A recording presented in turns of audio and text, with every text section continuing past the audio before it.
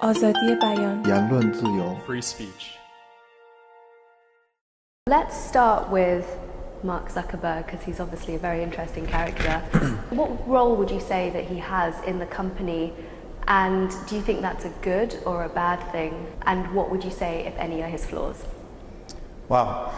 Well, I would say having Mark in the company is neither a good nor bad thing. It is simply an inevitable thing, and it is a completely central thing. This is a company that is very, very much the manifestation of the vision and the will of one individual, which, you know, you could say for better or for worse, but I think on balance it's been for better from the standpoint of the utility and growth of the service, because its sheer growth and success, I think, indicates that people have wanted what it offers.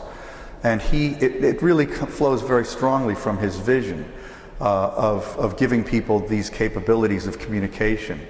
I mean, he had this vision from 2003, before he invented Facebook, that the world was going to be more transparent and things were going to be flowing more freely informationally between individuals, and that as a result of that, any system that he designed ought to be one that took that for granted, which he did.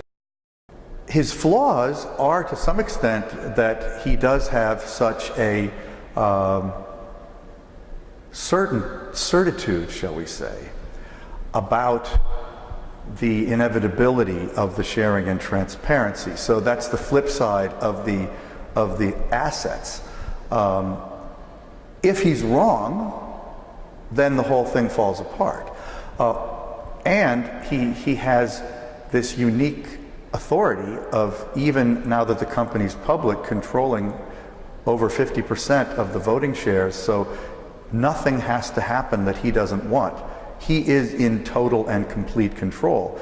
So when you have a system that's this big, with this much social impact, with so much money involved, and so many social forces that buffet it, then certainly, you know, having one person having to be the one decider on all of the ways that to respond to all those forces, it risks error.